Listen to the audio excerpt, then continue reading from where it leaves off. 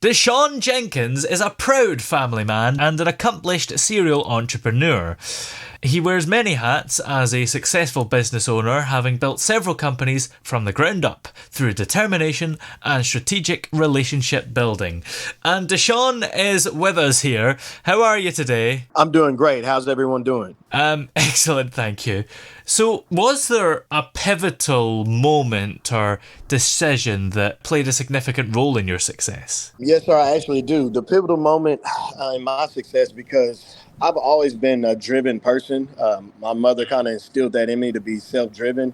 And so I'm always I was told the mind is like a parachute. It only Yeah. works if you keep it open. So I always kept my mind open for opportunity. And so I was given an opportunity by Kevin Murphy to take my destiny into my own hands. And when I was given that opportunity, I always knew I wanted to be an entrepreneur. I just didn't know in what. And Kevin gave me the lane to be able to go down. And I actually ran with it. Yeah. And life has been great, ever since. And I've been able to bless my family and others as well. And what's one piece of advice that you kind of find yourself constantly giving to those who are maybe looking to chase their dreams like you have? One of them, I get caught saying this often. One of the main advice, the main advice that I give people is it's kind of like oil and water. Where you find success, you won't find any excuses, and where you find a whole bunch of excuses, you won't find any success. So we all have the same 24 hours in a day. We all have the same sail, the same winds, that's set up on us. So the direction you go just kind of depends on the direction you set your sail. And so someone told me when I first got started in entrepreneurship to take a look at the 5 people that I hung around the most, and then kind of take their annual salary and add it all up.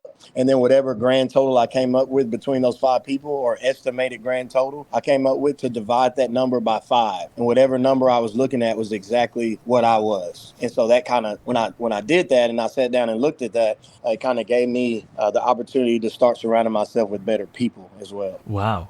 As well as giving people advice, I suppose, it's important to give back, isn't it? So what are some of the youth organizations or initiatives that you're currently supporting? Right now, I have a whole bunch of young guys that are, family members and sons and daughters of other family members that are with the Powerhouse organization right here in Mansfield, Texas. And they do everything from youth football. They also do youth basketball.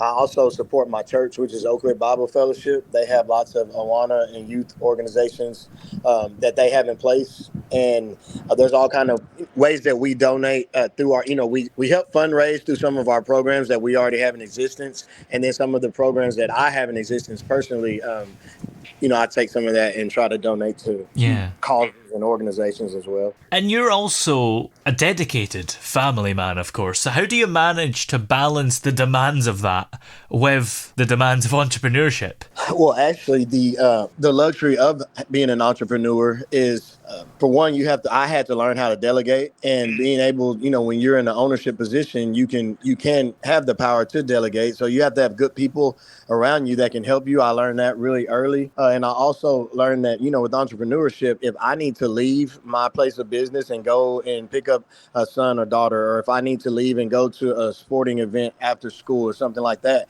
then I have the luxury to leave and not have to call and ask permission to do that, and have the ability to make money while I'm not present, to make money while I'm asleep, and to make money while I'm on vacation, and so that's what I promote through residuals and things like that. And that's what I try to help encourage and show other people to do as well. And lastly, what's the legacy that you hope to leave behind, both within your family, I suppose, and in the broader entrepreneurial community? The legacy that I would like to leave is, I was once asked the question, do I know who, a gentleman that I first started with when I started going into my own entrepreneurial journey. He asked me, do I know who my great, great, great grandfather is? And the answer was no. And he asked me, do you know why you don't? And I said, why? He said, because he didn't leave you anything.